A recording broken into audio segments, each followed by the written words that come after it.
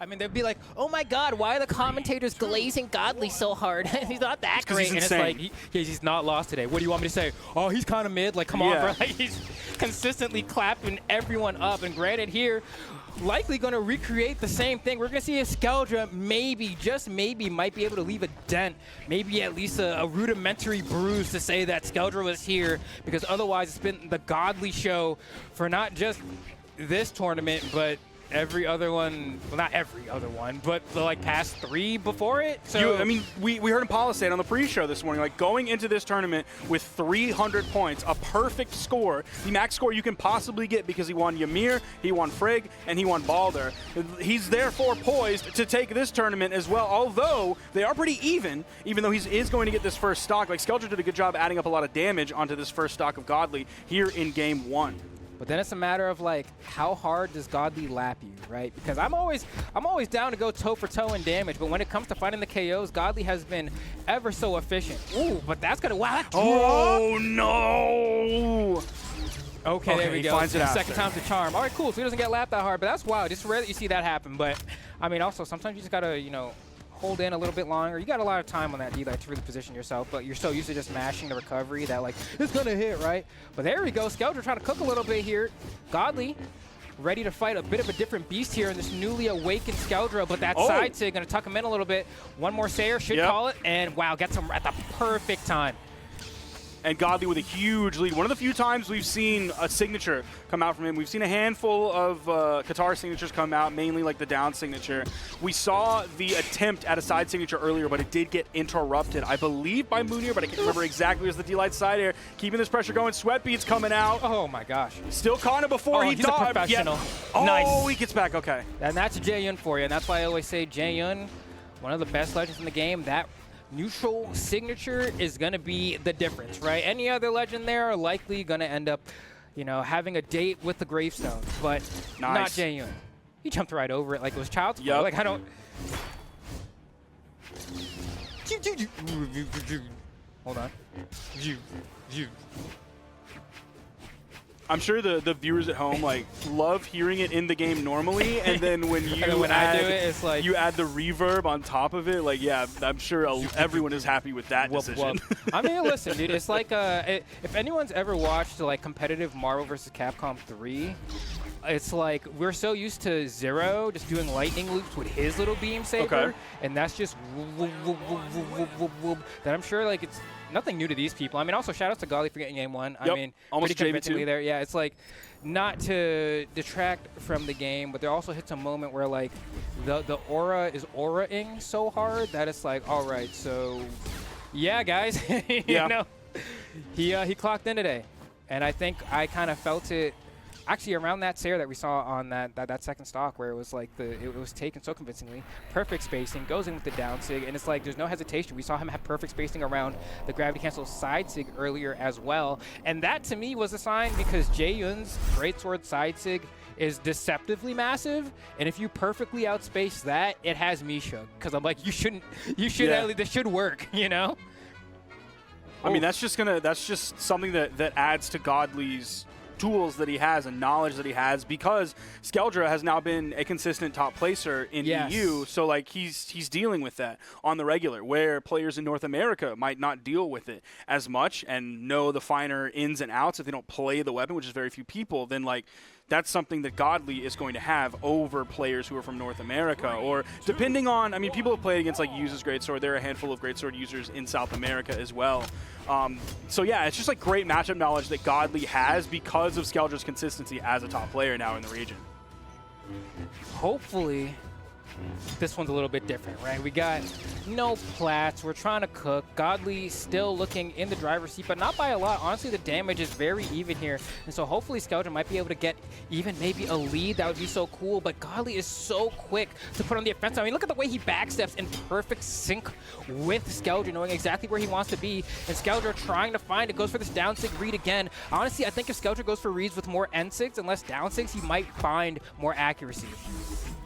Yeah, it doesn't matter who his opponent is. Skeldra has really struggled to find that downside, whether it's raw or whether it's after several moves that he's already thrown out in the attempt to get that read. But even so, like we see it going even here, and Skeldra may very well take this first stock, but also like last game was extremely even on the first stock as well, and then it just slipped away further and further, especially on that second stock. Godly caught such a lead, and then he just held on to it. And there, we see him grabbing first stock here, again, just a little bit over a minute into the game, swapping over to the sword, now back onto his Qatar. So he has the next weapon he picks up is primed, a set of Qatar. So we can lose this stock here, and he'll still get back onto Qatars. Man, this one is looking so tough here. It's just like the consistency is where Godly seems to lap people, right? Like Skeldra's really good at bursting, right? He has these moments where he really pushes his advantage, and then it can be a little slow for a little bit. But Godly, every single time he comes near you, it feels like he's bursting, right? He's trying to cook here. He tries to go for double D-Light. Doesn't quite get the second one, but like look how confident he feels around maneuvering around Skeldra's movement. Yep. And it's so hard the perfect spot dodge for Skeldra to find these KO options. Finally grabs it, but his stock is like wilting away as we speak.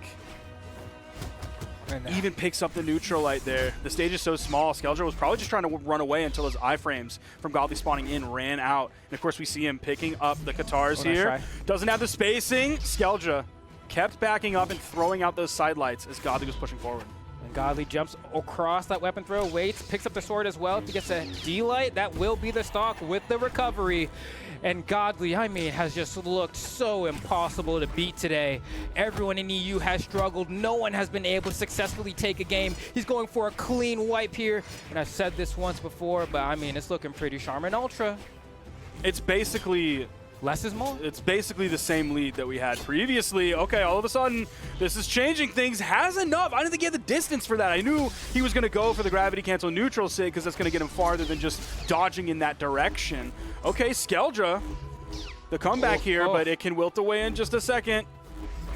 Okay, that should be the stock there. The recovery is going to be enough. Skeldra feeling like he's being sharked though, right? Like there's always a constant looming threat, it feels like, as Skeldra's just trying to move around the stage, and even brave enough to throw that falling side air there. Tries to go for that read we saw work earlier, but has not successfully worked on Godly. Okay, he touched. And that's the thing, right? Godly's perfectly content just running back to the stage and grabbing a weapon. He feels like he's going to win neutral again. The wall slip comes into play, and Skeldra is going to fall after getting hit because his jumps weren't resetting on each touch to the wall. Oh, man, that's brutal. I mean, can you blame him? I'd be shook too, right? Like, yes. The guy who's not dropped the game today and has been consistently winning tournament after tournament is waiting on the stage looking to KO me, and I don't know what option I'm going to pick to get back on there. I'm going to keep just trying to stall for time, try to think it out. Maybe if I do enough calculus, I'll figure out how to get back onto the stage.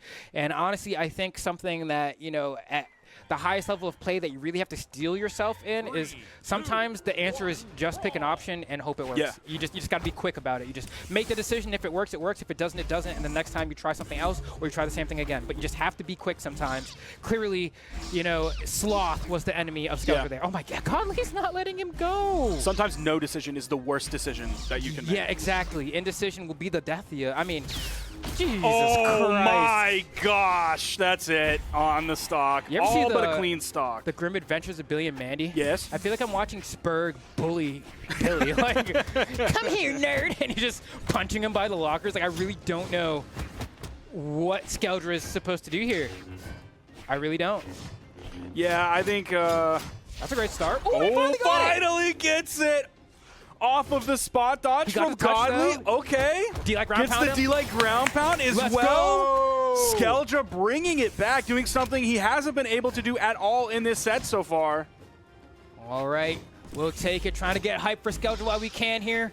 Hopefully he has the ability to bring this. Every time Godly gets a hit, like tell me, every hit is winding me. Every single one. Oh, no. This is like season 2 of Jujutsu Kaisen. I know you don't watch anime, but that's exactly what this is like right now. It's like when no, I'm not gonna be rude. No, you're right. You're just right. I'm praying for him, dude. I'm like, geez, Skeldra, come on. Come on, you got it, Skeldra. And then he gets clapped. Like, what do I do? How do I juice him up, Sparky? This is the end of the tournament. Dude. I want to gas it up as much as I can, but Godly is Himothy. This is like during the vote of no confidence in Succession when Logan is still in the room during the vote and he's not supposed to be in there. Oh, no. And he's just demolishing Kendall, who wasn't able to make it. And at this point, I'm like, I'm hearing the wubs, but it's really just Godly hitting downlight after downlight, side light, end light, every move in the kit. As Skeldra is trying to respond, Godly's being patient as well. He knows this is all but one. One final blow is all he needs, and Godly is going to be your Trial of Skadi EU champion. I mean, he's the Winter Circuit champion. Yeah. He's coming into this with 400 points. They only take your top 3 out of 4, so he's coming into this really with 300 points, but he won every single tournament.